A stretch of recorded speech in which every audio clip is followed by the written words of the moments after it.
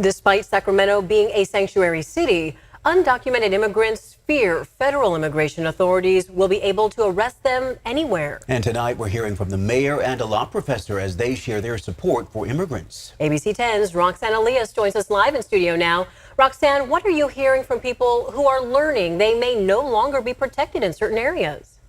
Laura and Chris, I spoke with a family earlier today trying to get answers and help for their legal status. They told me off camera they feel no place is safe right now after President Donald Trump has taken office. The city of Sacramento is known for being a sanctuary city. Well, we're a very diverse city. You know, we're known as the most integrated city in America. A lot of immigrant and refugee communities have been coming to Sacramento for decades. And so a lot of questions and fear right now from the immigrant community as far as what's next.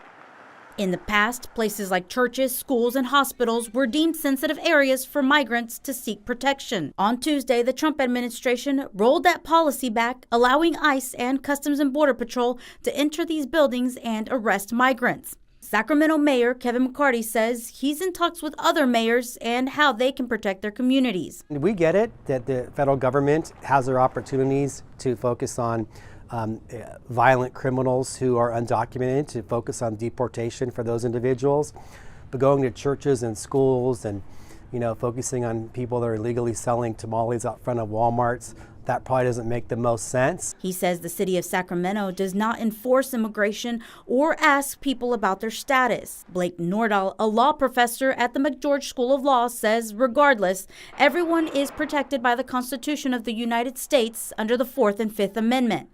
And there's a limit to what ICE can and cannot do, considering a public or private space. Take, for example, a school. They have the right to ask questions, is such and such parent here.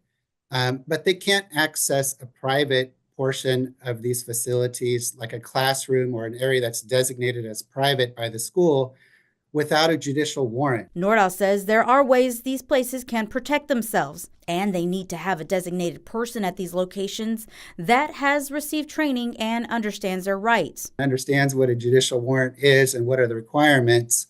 And because if it's not there, then the ICE officer is not able to enter into a private area without the consent of the individuals that are maintaining that facility. Mayor McCarty says he's waiting to hear facts on how this will be implemented as he continues to support immigrants in Sacramento. Right now, it's a sense of confusion and fear. There's a lot of unanswered questions. We're not trying to get ahead of this. We want to see how this plays out.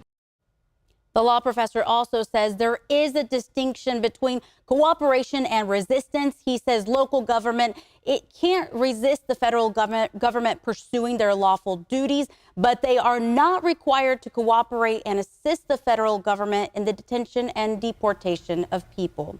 Chris, Laura. Roxanne Elias, thank you for that update.